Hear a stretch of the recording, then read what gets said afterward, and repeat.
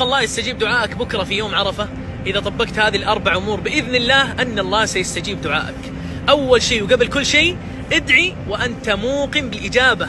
يقول الله في الحديث القدسي: أنا عند ظن عبدي بي فليظن عبدي بي ما شاء، فأحسن الظن بالله أنه سيحقق لك ما تتمنى.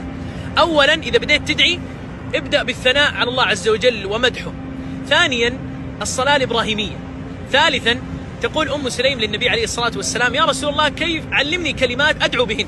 فقال النبي عليه الصلاة والسلام: تسبحين الله 10 مرات وتحمدينه 10 وتكبرينه 10 ثم سلي حاجتك فإن الله يقول قد فعلت قد فعلت. 10 أواخر من رمضان حنا نتحرى ليلة القدر 21 23 25 ما ندري متى.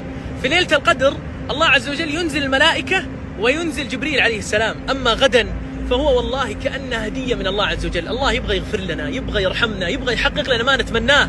غدا يقول النبي عليه الصلاة والسلام: ما من يوم أكثر أن يعتق الله عز وجل عباده من النار من يوم عرفة. ثم الله عز وجل بكبريائه وعظيم سلطانه ينزل ويباهي الملائكة بنا. حنا وش حنا؟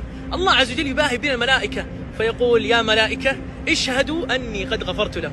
وبحسن ظنك تراها سواء أنت حاج أو غير حاج الله بيغفر لك وبيحقق لك اللي تتمناه.